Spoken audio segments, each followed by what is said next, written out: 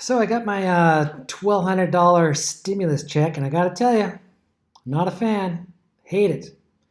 Now, I understand there's some people out there who could really use the dough right now, and I hope it helps you all out. But more than that, I'm very sorry that you've been put in a position of hardship by politicians presuming to save you. But what about me? Why would I hate 1,200 bucks? Well, it's pretty simple. I don't believe in unicorns. I don't believe in perpetual motion machines, and I don't believe in something for nothing. And where do you suppose the money comes from to write all these checks? $2 trillion so far.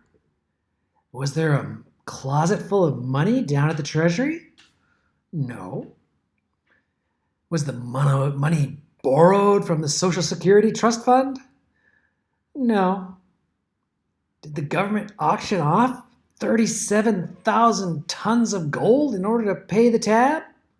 Phew, they don't even have that much gold. No. So where did the money come from? Well, when the government wants to spend money that they don't have, they borrow it. And I say borrow it that way because they borrow it from the Federal Reserve, and the Federal Reserve, they don't have any money either. How can this be? How can this even make any sense? Well, it's a bit complicated, but to put it simply, they create it out of thin air. Yeah, they push a button, they enter some numbers into a computer, they print off some bonds or send out some $1,200 checks, and presto, money from nothing. It just appears. Now, if you try this, you go to jail. But when the government and the Fed get together to do it, it's all cheers all around. Money for nothing and votes for free. But, this gets some people thinking. If infinite money can be conjured out of nothing, then why not give everybody $1,000 a month, every month, forever? A la the Wang Gang or the Chang Gang. It was Yang, right? Yeah.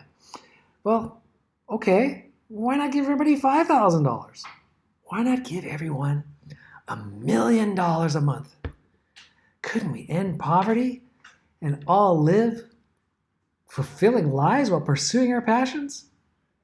No, can't do it.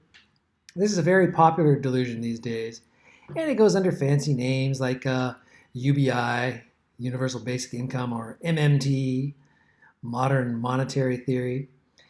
And it's all based on the mistaken idea, that money is real.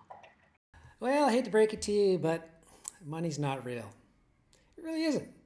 If it's created out of thin air, it'd be more accurate if they printed unicorns on it than presidents and kings. Now, this mistaken belief leads to all sorts of other mistaken beliefs.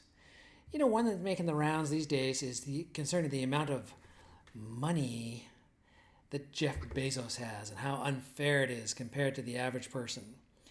They say that Jeff Bezos has $150 billion. And I gotta admit, that's a shitload. But does anyone seriously believe that Jeff Bezos has $150 billion stuffed under his bed in $20 bills? No way. He doesn't. You see, Bezos' net worth is calculated by the value of the businesses he owns, and the values of those businesses are calculated by the value they bring to millions of other people, both as customers, suppliers, and employees. Now, if Bezos' business sucked, then Bezos' fortune would evaporate. Let's say tomorrow Amazon stock went to zero. Oh shit, Bezos is broke. But if that's the case, where did the $150 billion go? Did it just vanish? Did Bezos burn it in a spiteful attempt to make the poor poorer? No. There's no $150 billion in money. There's $150 billion in value. It's not the same thing. Well, never mind the billions. Let's get back to the 1,200 bucks. Where does it get its value? Well, it steals it from reality. It steals it from the existing supply of money, punishing responsible people who work and save, like moi. It steals value from the goods and services and financial instruments we all use in our everyday lives, from thee, and it steals money from the future. Because, or I should say, it steals value from the future, because the things that cost $5 today are going to cost $8 tomorrow or next year or whenever. Now, some of us complain about this theft of value, for things like food or automobiles or the rent. It's a problem. Why is everything so expensive these days, we'll say. But in other cases, we cheer on the theft of value. In fact, we think it's a win. When the price of our houses go up or the stock market goes up, we say, hooray! Hooray for the higher prices. Of course, it's all relative.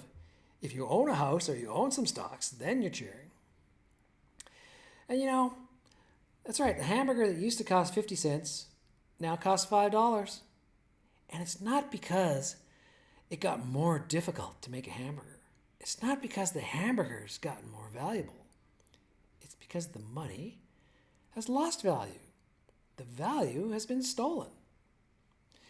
Now, the Federal Reserve, their job is kind of regulate the rate of theft to keep the rising cost of hamburgers at a manageable rate so people don't get all upset and angry.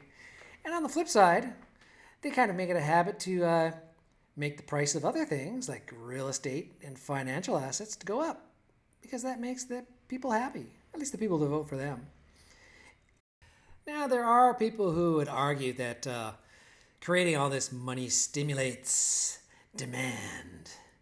There's a lot of them, some with Nobel Prizes and high office and columns in the New York Times. But I would deny their argument in this very simple way. No, it fucking doesn't. You see, if stimulating demand through money creation solved anything, then Zimbabwe and Venezuela would be the richest places on earth. They're not. Why not? Because money gets its value from production. All by itself, money is paper and unicorns. Without product to buy, demand is nothing but a fantasy. A hungry man who wants a hamburger wants a hamburger. The demand exists separately from the money needed to exercise it. If the man has $5, he purchases the hamburger, and the demand vanishes bit by bit with every little bite. Now, if the same man's given $1,200, it does not create a demand for another 240 hamburgers.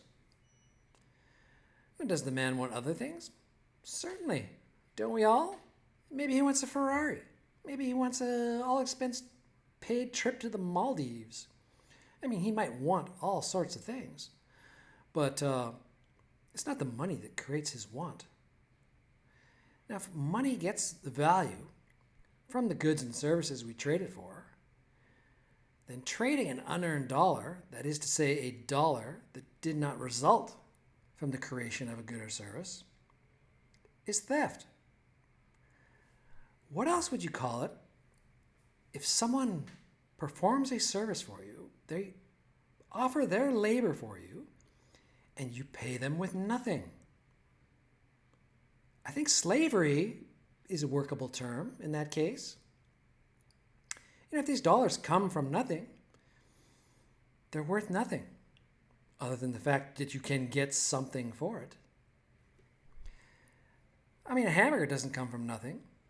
Dozens, hundreds, maybe thousands of people labor to produce its ingredients and prepare them for you. Should they do so for nothing? No way. Now, chances are good that under ordinary circumstances, the $5 you pay for a hamburger did not come from nothing, but rather from whatever service you provide to the world. I mean, it could be selling a heated blanket or washing windows or brain surgery or who knows. But you did something. The money you earned came from something. And that's great. But this $1,200 check, it ain't like that. It came from nothing. And here's where the whole carnival gets absurd.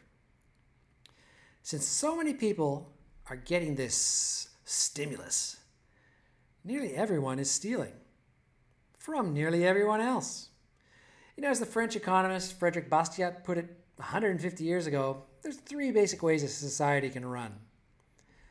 No one steals from anyone, some steal from some, or all steal from all.